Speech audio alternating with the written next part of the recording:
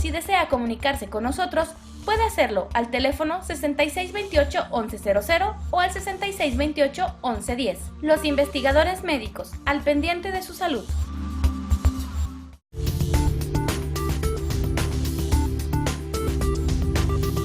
Usted está viendo el programa Los Investigadores Médicos y bueno, sabemos todos que no podemos hablar de aquel proceso que nosotros no hemos sobrepasado y es por eso que queremos compartir un testimonio de alguien que cayó en una adicción y que no solo destruye su vida personal, sino su sistema familiar y cómo este puede ser recuperado. Yo soy un adicto en recuperación. Yo inicié mi adicción a los 15 años con el alcohol y el cigarrillo. Inicialmente fue algo social, bebedor ocasional, luego ya prácticamente me volví un bebedor constitucionario, ya bebía todos los fines de semana. Fue incrementándose mi consumo de alcohol a tal grado en que ya empecé a beber desde el día miércoles hasta el día sábado. Posteriormente a ello inicié a tener contacto ya con las drogas, inicié con la marihuana. Tuve 3 acercamientos, 3 contactos con marihuana, no me gustó. Posteriormente a ello encontré cocaína. Consumí cocaína aproximadamente durante 2-3 años. Posterior a ello conocí crack y con el crack fue con quien pues, me enamoré y me hice consumidor de crack durante 9 años. Como se dice en la comunidad terapéutica a la que pertenezco y en el proceso terapéutico en el que estoy de rehabilitación, yo consumía para vivir y vivía para consumir. Mi consumo de crack, yo lo digo en el sentido cómico de utilizar la tabla del 2. Empezaba con 2, 4, 4, 2 son 6, 6 y 8 son 8 y 8 y 8, 16. Entonces mi consumo era muy, muy alto, diario. Generaba definitivamente en mi organismo la ansiedad por querer seguir consumiendo. Dentro de los procesos de la adicción se da el proceso de obsesivo-compulsivo y dentro de estos procesos obsesivos compulsivos la generación de la ansiedad, agresividad, inclusive con algunas afecciones corporales, dolores de cabeza, irritación de la vista, y toda vez encontraba yo mi dosis, pues definitivamente estos síntomas, estos signos desaparecían. Pues sí, el distanciamiento que tuve con mis hijos principalmente y el rechazo obvio, porque si aun y cuando ellos no se dan cuenta, en algún momento quizás lo sospechaban, el rechazo al verme en un estado de adicción o estar bajo efectos de la sustancia. Y dentro del consumo, prácticamente son 4 caminos los que uno lleva como consumidor, que es básicamente vivir en la calle o callejizarse. El hospital, por una herida, un asalto, un accidente, puede ser uno parapléjico o cuadrapléjico. La otra vía es las cárceles y la última pues es la muerte. Yo ya estuve en la cárcel y realmente no quiero pasar o vivir los otros 3 caminos. Yo estaba consumiendo en un lugar donde se vende y se consume droga y en ese momento llegó la policía, allanó el lugar y encontraron pues suficiente droga, fue un allanamiento directo, habían otras 2 personas en el mismo lugar. Ese fue mi despertar espiritual. Yo llegué prácticamente a estar en las carceletas de Torre de Tribunales y por la cantidad de droga que se encontró en dicho lugar, según mi abogada, me decía que lo mínimo de 3 años a 6 años de prisión. Sin embargo, pues con la fe y con el poder de Dios logré salir sin ningún cargo, se desestimaron los cargos, pero fue mi despertar espiritual porque eso fue lo que prácticamente me hizo entrar a un programa de rehabilitación y aceptar y reconocer realmente y rendirme ante mi imposibilidad de que yo mismo pudiera salir de la droga si fue necesario buscar la ayuda profesional. Yo ya tenía una vida de casado cuando yo empecé a consumir. Cuando yo me casé inicialmente pues era solamente el alcohol. Luego, como se fue incrementando mi consumo de alcohol, ya empecé a tener algunas dificultades. Y dentro de esas dificultades fue que vivimos un tiempo separados con mi esposa, de mi esposa y de mi hijo. Estuve separado aproximadamente de 1 año. Retornaron nuevamente al hogar, mi consumo de alcohol continuó. Y fue luego, posterior a ello, que empecé a entrar ya en contacto con las drogas. De ahí entonces que mis hijos se daban cuenta, ya conscientes de la realidad y de ver a su padre muchas veces bajo efectos de consumo de sustancias. tengo 5 meses, voy para 5 meses de estar en rehabilitación, por eso dije en un principio, soy un adicto en rehabilitación en este momento. Primero es recuperar el control de mi vida. Yo estaba prácticamente rendido y la droga tenía el control de mi vida, de mi esfera social.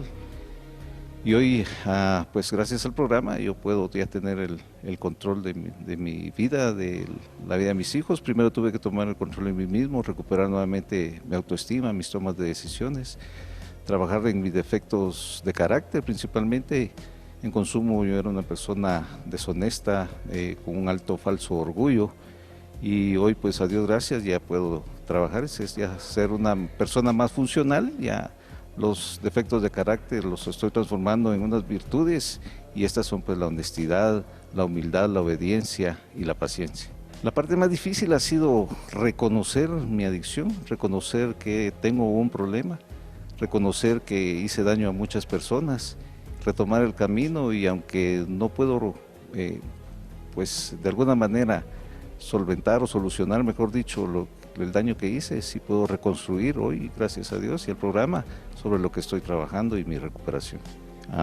De alguna manera sí, y digo sí con mucha propiedad, porque si yo no hubiera conocido las drogas, realmente estuviera en la calle con muchos de mis defectos de carácter muy incrementados. Soy una persona con tendencias hacia la violencia, soy muy explosivo. Hoy ya puedo trabajar en eso, he podido trabajar en eso, he podido contener esa explosividad. Si yo no hubiera conocido el mundo de las drogas, no hubiera conocido mi proceso de rehabilitación, y por lo tanto no pudiera estar trabajando en mis defectos de carácter. Y estos son los que a mí me hicieron de alguna manera entrar al mundo de las drogas. Dentro de mi proceso de rehabilitación yo encontré que uno de mis posibles causas, orígenes al consumo de la droga, es muchos sentimientos de culpa que yo durante muchos años, 21 años, estuve manejando, y que me hice responsable por la muerte de mi padre, cuando eso no fue así. Yo no tuve la responsabilidad, una muerte natural por supuesto, pero no tuve la responsabilidad en ello. Sin embargo, inconscientemente yo manejé mucha culpa, mucho resentimiento hacia mi persona, y creo que esa es la causa, una de las causas que me hizo conocer o entrar al mundo de las drogas, para apagar y mitigar el dolor que internamente yo estaba sintiendo.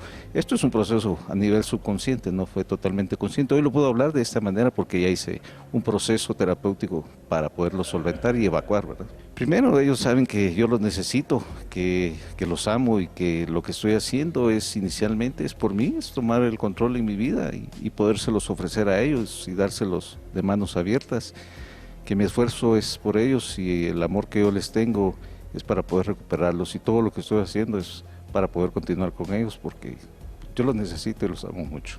Yo le diría, no lo hagas, hay mejores caminos, hay mejores opciones. Hay una forma diferente de vivir, de poder ser feliz sin necesidad de tener sustancias en el organismo, de poder tener amigos que realmente pueden ayudarlo a uno a salir de las situaciones. Y no es amigo aquel que te ofrece una sustancia, ese no es el amigo, ese es el enemigo prácticamente. Y que siempre hay caminos para solucionar los problemas, y todo problema tiene más de una solución. Bravo, continúa adelante, lo estás haciendo muy bien. Tienes tiempo, tienes camino por recorrer, pero estás trabajando, estás haciendo bien tu proceso, sigue mejorando tus virtudes, sigue trabajando tus defectos de carácter y sigue ayudando y apoyando a otras personas.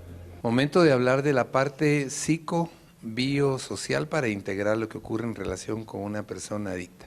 La parte psicológica es que yo, usuario o yo, probador de una sustancia, estoy de acuerdo en hacerlo, aunque esto sea bajo presión social o lo que fuera. Hay de alguna manera una condición a través de la cual uno, Dianita y Sergio, termina el adicto favoreciendo el uso de una sustancia. Cuando esto ocurre y una sustancia entra al cuerpo, entonces ya se ocasiona un mecanismo biológico. El adicto desarrolla dentro del cuerpo una sustancia que vamos a explicarles, que se aloja como un neurotransmisor. Los neurotransmisores son como la adrenalina de su corazón. Una vez que esa está actuando sobre el corazón, no la podemos volver cero, no la podemos abolir. Esa está permanentemente actuando. Y una persona que desarrolló esa condición en el cerebro, que se llama THIQ, y que está muy bien comprobado en alcohólicos, no desaparece jamás. No hay cirugía, no hay medicamento químico para ella. Y eso es lo que hace que una persona cuando bebe continúa con una y otra porque no lo puede abolir. Y la parte social es que esto se hace para tener una conducta diferente. La gente bebe, según ella, para estar más alegre o tener de alguna manera alguna connotación diferente. Y no digamos en otras sustancias como marihuana, cocaína, que vamos más adelante a platicar de ellas. En la parte psicobiosocial, Sergio, para agregar un poco más a esta condición. Sí, afecta todos los componentes del ser humano. A nivel biológico, pues afecta a todos los diferentes órganos del cuerpo. En lo psicológico hablamos de una enfermedad de las emociones. En la adicción se tiene poco control sobre las emociones. Consumo por euforia, porque ganó el Barça, o por tristeza, porque ganó el Real. Entonces, de pero una u otra manera, el Barça gana de todas formas, sí. De todas formas, es poco control de las emociones, muy poco control de los impulsos, muy poca tolerancia a la frustración. Todo esto tiene que ver con las emociones. Y luego, hablando en lo social, pues no necesariamente estamos hablando de familias desintegradas, sino estamos hablando más de familias disfuncionales, que es diferente. Y también dentro de lo social, en lo macrosocial, tenemos todo un ambiente en donde hoy hay mucha disponibilidad de sustancias, que eso es que hay sustancias, y mucha accesibilidad a sustancias, que es que hay recursos económicos con los cuales comprarlas. Y a mí me gustaría agregar y meter en el tema, yo sé que estamos hablando académicamente, pero para mí el componente espiritual también es bien necesario meterlo, porque al final para siendo una enfermedad biopsicosocial y espiritual. Claro. No hay área que no esté de alguna manera desprotegida, ¿verdad? El adicto termina teniendo fallo psicológico, biológico, social, familiar, laboral, emocional, espiritual, a pesar de que todas esas áreas se van de alguna manera afectando, el paro del proceso adictivo se hace difícil. En la parte esta que abordábamos, Diana, ¿qué otra cosa incorpora toda esta bagaje de experiencia y conocimiento que tú tienes en otras maneras de ver la adicción? También en el área emocional, pues vemos que estas emociones se dan también por creencias. Hay muchas creencias detrás de todas estas emociones. Es decir, también por qué la persona, hay que buscar por qué la persona busca esta adicción. ¿Qué sentimientos tiene? A veces hay sentimientos de culpa, a veces hay sentimientos de miedos o de llenar un vacío de algo que ellos tienen. Entonces, también hay que buscar todo ese entorno de la causa, del por qué buscan estas Esto de las creencias es interesantísimo, ¿verdad? Todas esas creencias usualmente negativas. Yo no me lo merezco, me va a ir mal, vengo de padre alcohólico. Sí, y también a veces hay ganancias secundarias que vemos, ¿verdad? Es decir, la persona, si dejo de ser adicto, entonces nadie me va a cuidar. O si dejo de ser esto, ya mi familia no va a estar junta. O, por ejemplo, ese tipo de cosas que se dan también. En la parte emocional, como ganancia secundaria, entendiendo que mi adicción me sirve para obtener algo. Me sirve para obtener algo o me sirve para mantener un equilibrio en la familia. Claro. Y desde luego que ahí entra la familia disfuncional o facilitadora y el codependiente que está atento a estar haciendo el rescate y el mantenimiento de la enfermedad a través de sentirse él útil, que es algo de lo que vamos a continuar platicando cuando entremos a la parte de qué ocurre con la familia.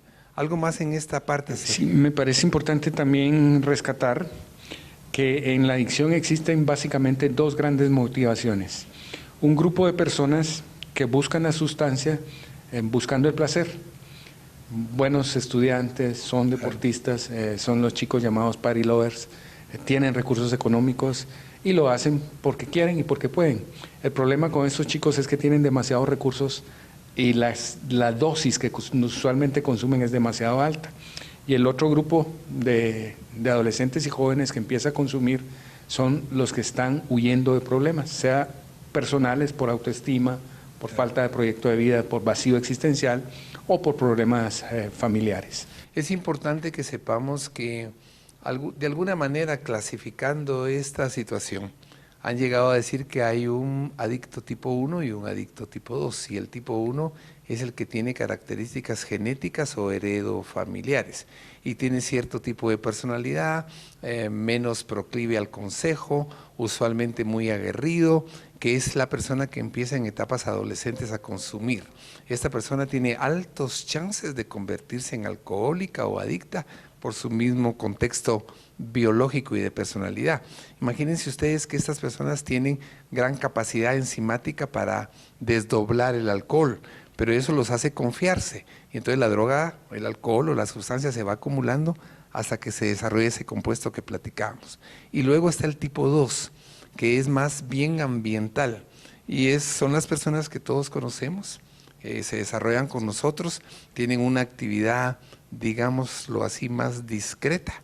Y de repente arriba de 20 y pico de años prueban en la primera fiesta o alguna sustancia y encuentran ellos esta parte del placer que tú describes.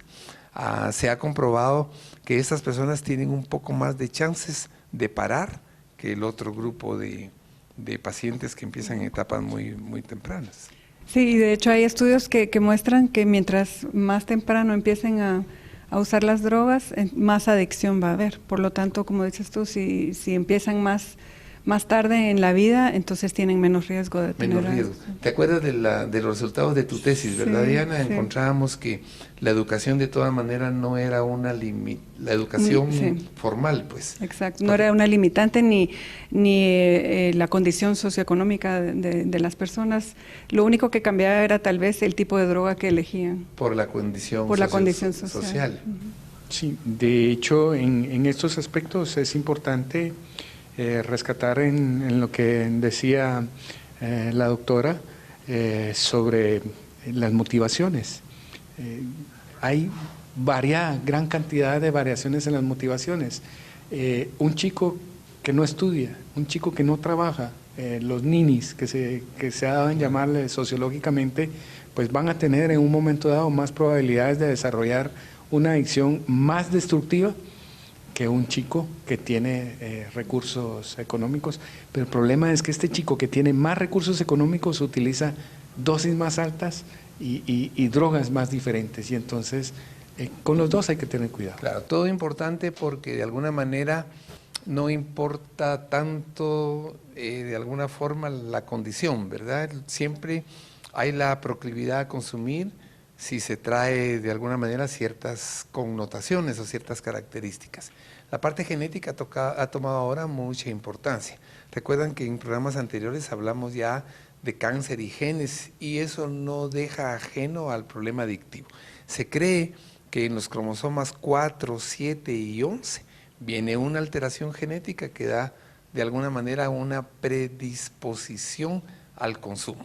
Así que es todo importante. Platicábamos con Sergio y con Diana que tenemos que integrar equipos para que de alguna manera los tratamientos sean más efectivos. No bastará solo la terapia convencional, habrá que saber de alguna manera la parte genética y poder incluir otro tipo de alternativas y de terapias que ustedes las van a conocer en el siguiente segmento. Continúen con nosotros. Datos importantes.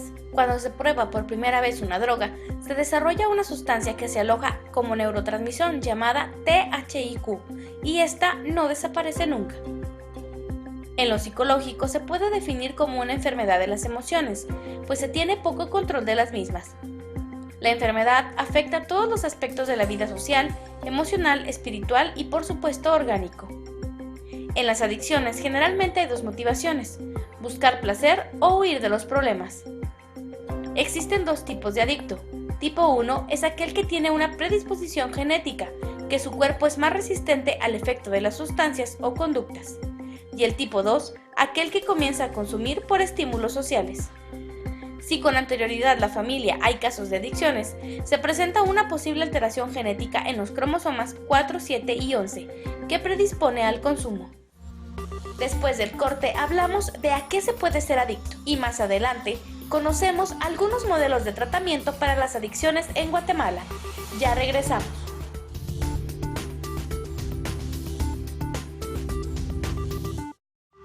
Si desea comunicarse con nosotros, puede hacerlo al teléfono 6628-1100 o al 6628-1110. Los investigadores médicos, al pendiente de su salud.